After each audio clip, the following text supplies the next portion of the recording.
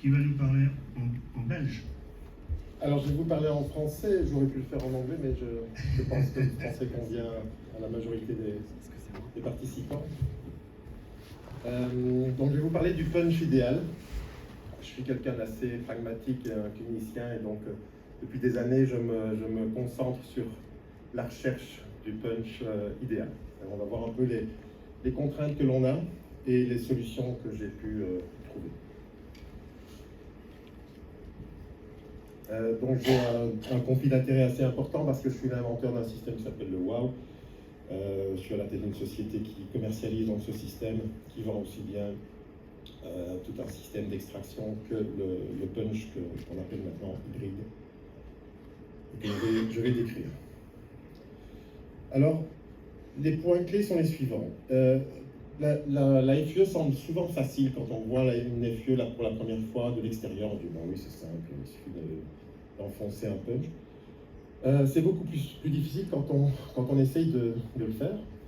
Et les raisons principales pour lesquelles c'est difficile, c'est d'une part les attachements du follicule, on va voir en détail quels sont-ils, l'évasement conique des greffes, et le fait aussi que quand un punch est coupant, il transecte beaucoup. Donc il faudrait idéalement avoir un punch qui coupe moins, qui sera donc plus doux, mais qui sera aussi plus lent. Et donc il y a toute une série de contingences qui m'ont fait dire à un moment donné que l'AFUE, c'est comme avoir une équation de multiples inconnus sans avoir de bonnes solutions. Et il y a à mon sens, des solutions qui sont meilleures que d'autres. Et à nouveau, on va voir ça en détail. Alors la première chose, donc, ce sont les attachements du follicule à la peau. Lorsqu'on tire des cheveux, il suffit de prendre une dizaine de cheveux, vous en portez la tête entière. Donc l'attachement est énorme. Et l'attachement, quand on l'analyse, eh bien, il est divers et varié. Il est lié à la glande sébacée, le muscle recteur du poil, l'artériole et la vénule qui se trouvent à la base. Très important, les fibres élastiques et collagènes. Et un jour, j'ai regardé cette photo que vous voyez ici à gauche. Et je me suis rendu, c'est un strip FUT, sur lequel j'ai beaucoup travaillé aussi, comme je faisais des FUT et des FUE. Il m'arrivait très souvent de travailler sur mon strip et donc de voir ce que je faisais. C'est un moyen très simple, si vous faites des FUT, de voir ce qui se passe à l'intérieur. Et en regardant cette photo un jour, je me suis dit, mais c'est fou, le nombre de fibres qu'on voit. Vous voyez cette espèce de masse blanchâtre qui est là? C'est tout ça les attachements. C'est tout ça qui fait qu'un cheveu est aussi fortement attaché. Un follicule est aussi fortement attaché à la peau.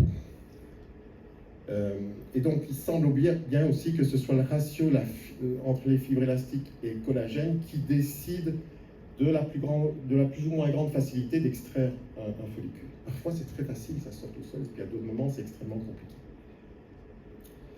Alors, la deuxième chose, c'est le splay, naturellement. Ça dépend des individus. Fatalement, quand on va chez les Africains, on a un splay qui est énorme et parfois même une virgule. Il diminue progressivement et quand on arrive à des opérations chez les Asiatiques, on a souvent des follicules qui sont quasiment droits. Et le splay peut parfois être extrêmement important, on verra des photos par la suite. Et la deuxième chose, c'est qu'il y a aussi une courbe qui est toujours dans le même sens et qui va faire aussi que souvent on est obligé d'avoir un mouvement un peu tournant pour faire une bonne extraction. Alors, la profondeur d'extraction est aussi essentielle parce que le problème est toujours le même. On doit pouvoir aller suffisamment profond, mais plus on va profond et plus on risque d'abîmer le cheveu. D'autant plus que si le splay est important et qu'on utilise un punch qui est extrêmement coupant, presque par définition, quand on descend sous une certaine limite, on va immanquablement soit couper, soit faire ce que j'ai illustré ici, abîmer, tordre, en tout cas détruire le follicule et le rendre moins apte à la croissance. Au tout début de l'IFUE, ça a commencé dans les années 2000, moi à ce moment-là j'étais fellow chez le Dr Cole, et le Dr Cole très vite d'abord essayé de visiter l'inventeur de l'IFUE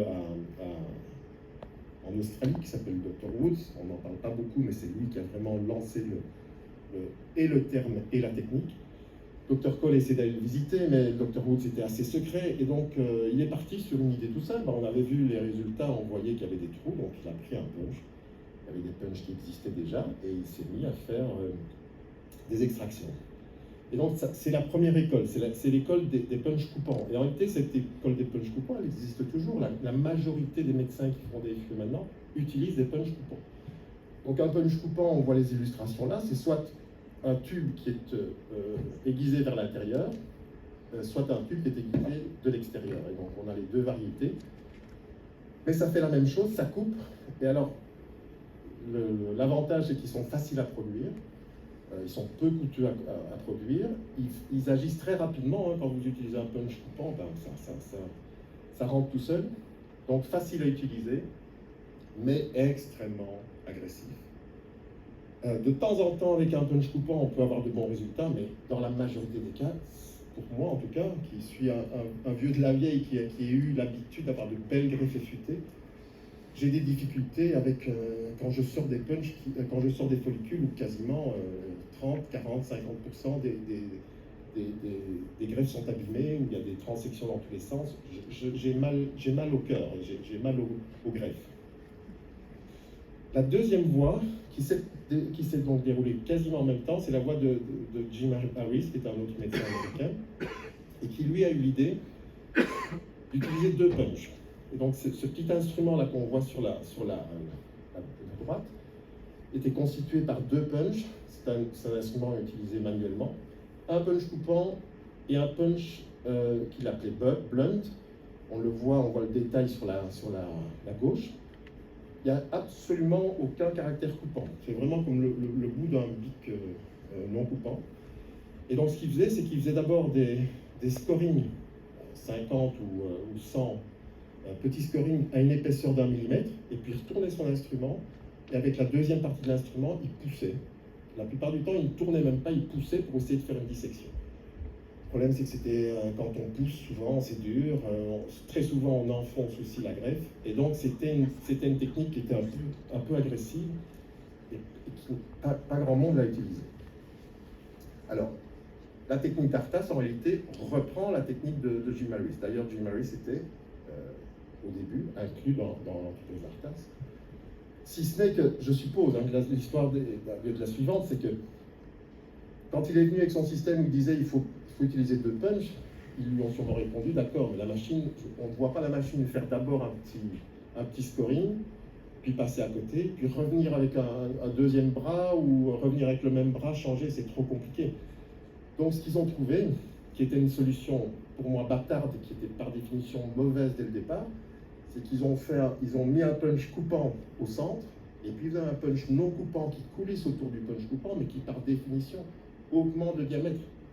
C'est pour ça que le robot Artas fait des trous qui sont larges, parce qu'on est obligé d'avoir un diamètre qui ne soit pas trop large pour faire le scoring, et après, en réalité, le deuxième punch élargi. Alors, Jim Harris, à nouveau, a montré la voie. Il a inventé ce punch, qui est en réalité un punch unique, qui est censé faire les deux opérations.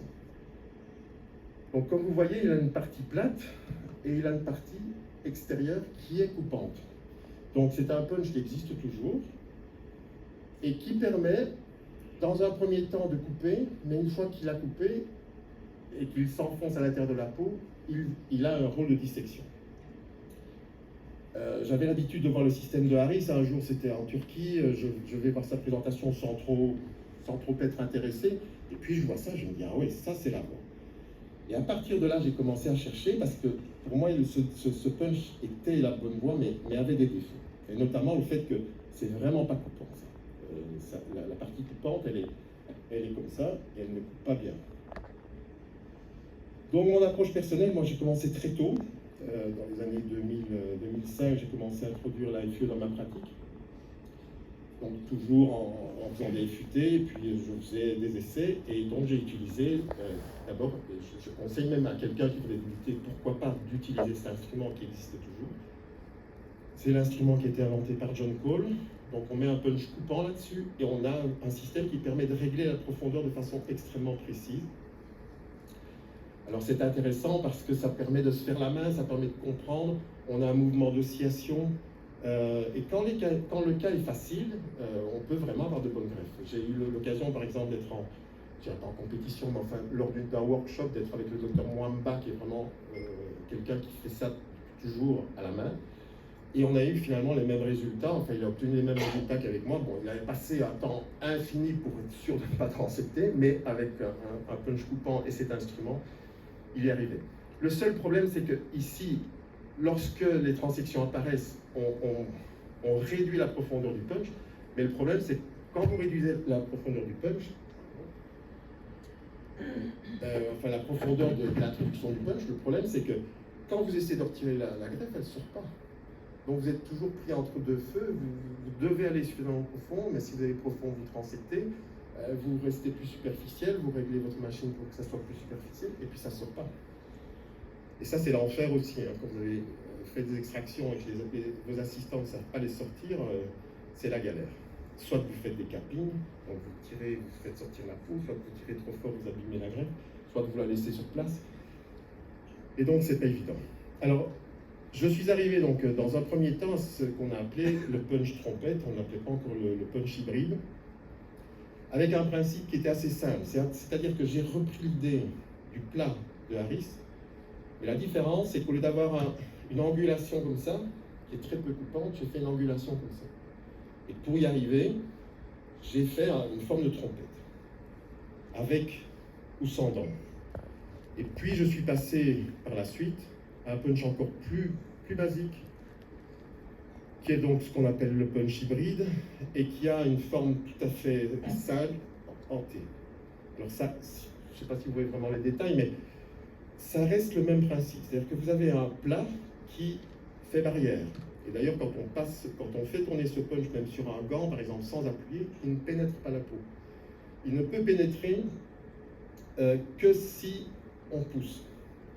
Et donc ici, je reprends l'expression de Brad Wolf qui dit que la peau, c'est comme, j'adore cette expression, c'est le leather and butter, donc c'est le cuir et le beurre. C'est vraiment ça le souci, c'est qu'il faut avoir un punch qui soit capable de traverser le cuir, mais qui ensuite, quand il est dans le beurre, il ne soit pas agressif. Et il agisse comme une dissection. Et donc l'idée, c'est de reporter la partie coupante, de déplacer la partie coupante à l'extérieur. À l'intérieur, là où le contact avec les cheveux se fait, puisque le follicule va rentrer dans le follicule, dans le punch, pardon, dans le trou du punch, j'ai fait un petit entonnoir qui est donc très peu agressif, il n'y a même plus d'angle. Et la partie coupante, elle se trouve à l'extérieur. Vous allez voir comment ça fonctionne. Donc là, il y a un peu plus de détails. Voilà. Donc ça, c'est la partie, ce n'est pas le punch tornado, c'est le punch trompette, mais c'est le même principe. Je crois qu'on va avoir une autre animation après. On verra encore une autre animation qui va vraiment expliquer comment ça fonctionne. En réalité, il faut imaginer un matelas, une trompette avec une partie plate et qui est aiguisée sur le côté, qui a des dents sur le côté. Vous faites tourner votre trompette sur le matelas, ça ne coupe pas. Vous poussez la trompette sur le matelas se déprime, et là, votre partie coupante arrive en contact avec la peau. Une fois que la peau est coupée, le follicule peut rentrer dans le punch, et elle n'est plus en contact avec la partie coupante. La partie coupante, elle est à l'extérieur. C'est ce qui fait toute la différence. Et je pense vraiment que c'est la voie. En tout cas, bon, j'ai beaucoup de collègues dans le monde qui me disent, voilà, le punch hybride est vraiment la voie, la meilleure en tout cas actuellement, pour essayer d'avoir des greffes les meilleures possibles. Combien de temps me reste-t-il? 10 minutes. Alors, cette diapositive, je l'adore. C'est une diapositive que j'ai faite un jour chez un seul patient, dans une même zone, avec exactement toutes les mêmes variables, sauf le diamètre du punch. Et vous voyez qu'il y a deux chiffres chaque fois. Diamètre, par exemple, 80-52, ça signifie diamètre extérieur au niveau des dents, 0,8 mm, diamètre intérieur, 0,5 mm. Vous voyez, c'est extrêmement petit. C'est le problème d'un punch comme le mien, c'est que fatalement, par définition, je réduis, par rapport à un punch coupant, je réduis la partie intérieure. Et on pourrait se dire, mais ça ne va jamais rentrer. Alors ce qui est fabuleux, c'est que vous voyez, les greffes qui sont là, elles correspondent exactement au punch qui est juste à côté. Alors le punch, vous voyez, c'est un peu bizarre parce qu'il y a une espèce de partie de métal qui sort. C'est ce qu'on appelle une gauge. Ça existe, il y a des gauges qui sont variables tous les 0,02 mm. Donc j'ai mis des morceaux de métal à l'intérieur pour qu'on visualise le diamètre intérieur. Donc là, vous voyez, chaque fois, si vous regardez le punch, c'est pas extrêmement facile, mais vous avez la partie extérieure, c'est le 80 ou le 85 ou le 90, enfin le 90. Et l'intérieur, c'est le petit bout de métal. Alors ce qui est fabuleux, c'est de voir que, d'abord, si vous regardez la progression, donc même patient, même chose, regardez comme les greffes changent, simplement en variant le diamètre. D'abord, ce qui est assez incroyable, c'est qu'on peut obtenir des greffes à 3 cheveux avec du 0,80. Donc ça, c'est déjà fou. C'est de se dire aussi, regardez la base de la greffe, quoi. Elle est large comme ça, et le punch, il est comme ça. Or, ça fonctionne. Et alors, ce qui est tout à fait étonnant, parce que je vous ai dit, j'ai fait beaucoup d'expériences sur des strips, c'est quand vous regardez ce qui se passe, je crois que beaucoup de gens pensent que le punch tourne autour de la greffe, et que la greffe reste bien en place. C'est pas comme ça. La greffe, en tout cas avec mon punch, la greffe, dès qu'elle rentre dans le punch, elle est coincée. Et donc c'est ce que je décris comme le mouvement de la washing machine, en réalité, elle tourne. Et c'est pour ça que l'oscillation est aussi importante, parce que si vous faites une rotation avec un punch où la greffe est coincée dans votre punch, vous risquez de la tordre, et c'est une des raisons pour lesquelles la greffe disparaît à l'intérieur. Parce que quand vous tordez quelque chose, il se réduit en longueur. J'ai une petite vidéo qui le montre, je ne l'ai pas mise là, mais qui le montre clairement sur un strip. Le fait de tourner fait souvent que la greffe se tord et disparaît à l'intérieur. Donc voilà, on pourrait épiloguer et dire beaucoup de choses, mais c'est vraiment une dia qui est magnifique et qui permet de comprendre aussi à quoi ça sert de changer la dimension du punch. Qu'est-ce qu'il faut choisir comme punch? Alors, il y a toute une discussion sur justement l'équilibre entre ce qu'on veut obtenir. Plus on augmente et plus les greffes sont belles. Les dernières greffes ressemblent à des greffes effutées avec beaucoup de tissu, et probablement qu'elles sont plus aptes à grossir. Pour autant, on va en faire moins. Pour autant, on va avoir des cicatrices un peu plus grosses. Quand je dis on va faire moins par centimètre carré. Donc voilà. Mais c'est ce que je cherche. Moi, j'ai toujours été dans cette optique-là, les plus belles greffes possibles. Voilà ce que j'espère toujours obtenir. Je ne dis pas que j'obtiens ça de façon absolue, mais c'est souvent ce que j'obtiens. Alors, revoilà une petite animation. Je ne sais pas si je peux le repasser. Est-ce que je peux repasser ça? Un petit bouton rouge ici. Ça ne marche pas. Ouais. Ah, voilà. Donc, bon, c'est pas très clair, mais en tout cas, c'est comme j'ai expliqué tout à l'heure, poussée sur la peau, elle se déprime et ça rentre. Alors, je vais bien revenir en arrière, voilà. Donc,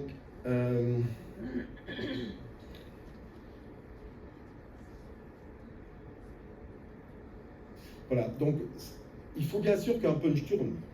C'est quelque chose d'indispensable. Au début, je vous ai dit, j'ai travaillé bien sûr à la main. On peut travailler à la main avec un punch hybride, il fonctionne également, mais c'est quand même nettement plus simple de le faire avec un système qui tourne avec un moteur. Donc là, le nouveau système maintenant que j'ai mis en place, c'est un système que j'appelle Duo. Bon, en gros, ce sont deux moteurs qui tournent, mais qui ont l'avantage de pouvoir tourner en rotation, en oscillation, d'avoir toute une série de possibilités quant à la programmation des mouvements. Donc, en gros, pour ne pas trop vous noyer, les mouvements, la rotation, c'est ce qui coupe le mieux. Quand on fait une rotation, on a le choix de la durée de la rotation et de la vitesse de rotation. Quand on fait une oscillation, on a un choix de durée d'oscillation, vitesse d'oscillation et angulation de l'oscillation, qui est aussi très important. Donc, la rotation, à mon sens, ça ne sert à rien de faire des mouvements compliqués, de trop se prendre la tête. La rotation, c'est vraiment pour le premier mouvement, c'est-à-dire c'est pour pénétrer la peau. Et donc la rotation ne doit pas être longue et ne doit pas nécessairement être très rapide. Ça dépend du type de peau, il faut essayer, mais j'ai maintenant un mouvement qui me permet, donc c'est un mouvement qui me permet de définir une rotation précise en termes de durée et de vitesse. Et puis ensuite, j'ai une oscillation qui vient s'ajouter et qui, elle, est modulée par une pédale et qui me permet donc de la faire durer plus ou moins longtemps et de faire tourner plus ou moins vite. Et puis j'ai aussi un système quasiment semi-automatique où on définit tous les mouvements du punch et où on peut adapter à chaque cas ce que l'on considère comme étant le meilleur. Alors ici, c'est juste pour vous donner aussi une idée de ce que je fais systématiquement depuis des années pour comprendre les influences de toutes les recherches que j'ai pu faire. J'ai un contrôle de qualité extrêmement important et en réalité, il y a quelques chiffres qui sont importants. C'est d'une part ce qu'on appelle le taux de missing graft, c'est-à-dire le taux de greffes qui sont manquées. Il faut vraiment aussi faire attention. Souvent, les médecins ne comptent pas ça. Mais il faut chaque fois que vous démarrez une greffe, c'est je fais 100 extractions, combien de greffes est-ce que j'ai à la fin? Parce que tout ce qui est ce qu'on appelle le capping, transection totale, qu'on ne compte pas et qu'on considère comme étant des greffes voilà, qu'on n'a pas vues, bah, c'est des greffes que vous n'avez pas pour planter. Le but d'une greffe de cheveux, c'est quand même de mettre des cheveux. Donc si on a 10% des greffes ou 15% des greffes qui disparaissent en missing, peu importe où elles sont, on les a poussées à l'intérieur, on les a laissées sur le fil, ils sont rentrés dans le punch, ce sont des greffes perdues et que votre patient n'aura pas sur la tête. Deuxième chose, le taux de transection est très intéressant. Ce sont les deux derniers chiffres, c'est combien de cheveux moyens était-on susceptible d'avoir si on n'avait pas eu de transection et combien de cheveux moyens par greffe a-t-on obtenu réellement. La différence entre les deux, c'est le taux de transection. Et donc c'est très important de le savoir parce que parler juste d'un pourcentage de transection sans avoir cette notion de qu'est-ce qu'on cherche. Je vous donne un exemple, prenez un très gros punch et vous visez des greffes avec 2 cheveux, c'est facile de ne pas avoir beaucoup de transection. Vous essayez de viser des greffes exclusivement à 3 ou 4 cheveux avec un punch très petit, alors là c'est compliqué. Et donc si vous avez un chiffre de nombre de cheveux que vous essayez d'obtenir par greffe important et que vous arrivez avec un punch relativement petit à avoir un taux de transection peu important, vous êtes gagnant. Donc il faut avoir cette notion-là aussi, que le taux de transection c'est très bien, mais c'est pas tout. Et moi, ce que je fais, c'est que j'ai un Excel, et donc chaque jour, mes assistants, en tout cas au début de la greffe, vérifient chaque fois toutes les extractions, ce qui nous permet de dire, ah, le taux est un peu trop haut, ah, tiens, je vise des greffes un peu petites. Parce que ça se fait automatiquement, hein. Quand vous utilisez un punch plus petit, vous n'allez pas viser les grosses greffes. Et donc, en fonction des différents facteurs que je vois, je vais changer la profondeur, je vais changer le diamètre. Donc, je vous conseille de faire ça. Pas nécessairement pour toutes les greffes, mais de faire ça pour tous vos cas. Alors voilà quelques vidéos. C'est une vidéo qui vient de m'être envoyée par une de mes bêta-testeurs. C'est intéressant, c'est son mari. Et à ma grande surprise, sans modifier mon punch, elle est capable de faire l'extraction cheveux longs. Donc voilà le punch avec la nouvelle machine. Elle passe dedans. Et à ma grande surprise, ça marche.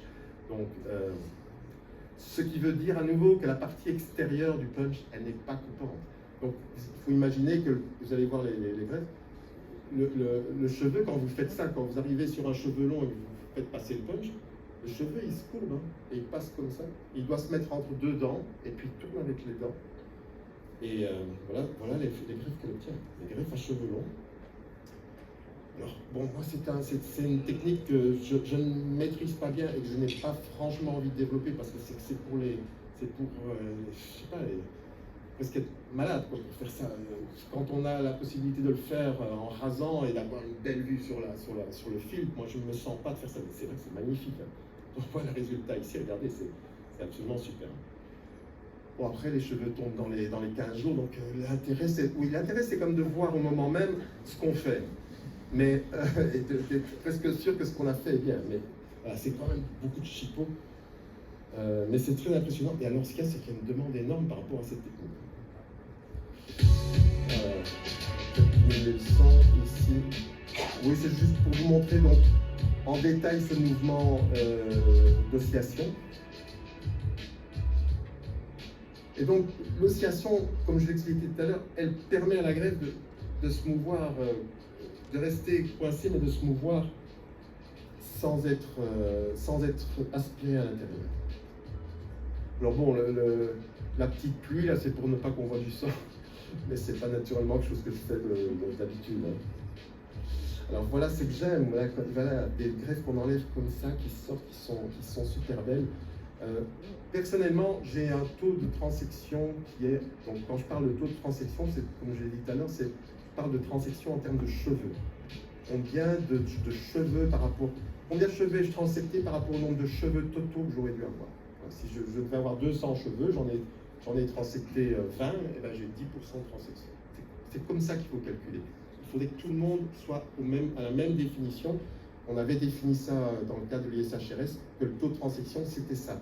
Mais il y a beaucoup de gens, notamment, qui utilisent un taux de transection qui est un taux de transection par greffe, mais ça n'a pas beaucoup de sens. On ne transecte pas par greffe, on transecte les cheveux. Donc il faut se rapporter au nombre de cheveux transectés. Voilà encore une autre, oui, c'est la même chose. Donc ça, c'est la partie, c'est le nouveau système wireless qui est quand même bien pratique. Mais sinon, voilà, c'est quand même toujours un mouvement de rotation et d'oscillation. Oui, petite chose aussi, enfin moi je vérifie toujours, dès le début, je vérifie moi-même que les greffes sortent bien. Idéalement, une greffe, elle doit sortir quasiment comme ça. Il ne faut pas tirer beaucoup. Alors ça, c'est un petit truc que j'utilise, ouais, c'est une petite théière. J'utilise toujours ça pour nettoyer les greffes, c'est un petit truc, mais ça marche très très bien. Vous enlevez le sang simplement avec un peu de physiologique. Alors ici, bon, de temps en temps, on a ce phénomène-là où on a de la graisse qui est attachée au follicule. J'ai encore du temps, je dépasse. C'est bon? Ben, je peux m'arrêter. Je pense qu'on a terminé. Oui, si, quand même, la conclusion. Donc, je suis toujours à la recherche du Graal. Pour moi, le Graal, ce serait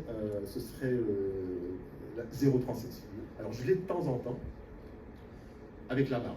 J'arrive à faire des greffes de barbe, des extractions, 100% de greffes réussies, pas une transection. Par contre, au niveau des cheveux, j'ai commencé ma phrase, mais je ne l'ai pas terminée, je suis entre 5 et 10%. Et je donne ces chiffres-là parce que souvent, vous trouvez dans la littérature des chiffres, le Dr Cole, il est à 2,4%, soi-disant. C'est faux. Je le connais, je l'ai vu travailler, et parfois il a des 25%. Et en plus, c'est un taux, dit-il, moyen. Si vous voulez avoir un taux moyen de 2,5, il faut que vous fassiez même du négatif à certains moments. Si vous avez fait de temps en temps un 10 ou un 15 ou un 20, c'est pas possible. Donc, ne soyez rassurés si vous observez, si vous faites un contrôle de qualité, avoir 10% et même parfois 15%. C'est pas dramatique. Parfois, c'est extrêmement compliqué et donc il faut garder la tête sur les épaules. J'aimerais bien qu'il y en ait moins et j'aimerais surtout bien comprendre pourquoi mon système fait encore des transections. Parce que, et ça c'est une question ouverte à tous et tous, comment se fait-il qu'avec une greffe de barbe, j'arrive à avoir un taux de transection de 0? Comment se fait-il que quand je fais une extraction sur le côté d'un strip effûté, mon taux de transection est de 0? Je n'arrive pas à transecter mon taux. Et quand je fais une extraction in vivo, j'ai des transections. Or, la partie coupante, elle est extérieure. Qu'est-ce qui fait qu'il y a encore une transection? Pour moi, ça reste un mystère. J'ai une petite idée, mais c'est un mystère et celui qui m'apportera la réponse, peut-être que si on avait la réponse et qu'on puisse vraiment analyser pourquoi on a encore des transections, on arriverait à ce fameux punch idéal, mais peut-il être encore amélioré? Je l'espère, j'y travaille toujours, mais ça fait quand même maintenant presque 15-20 ans que je le fais. Et alors aussi, à force de recherche et de pratique, j'ai pris conscience que l'extraction, je vais dire c'est un art, c'est peut-être un grand mot, mais c'est quelque chose aussi où il faut une certaine perception. Il n'y a pas juste la machine, pas parce qu'on a un bon punch ou une bonne machine qu'on y arrivera. Il y a une question de profondeur, il y a une question de sensibilité, une question de feeling. Et donc ça, il y a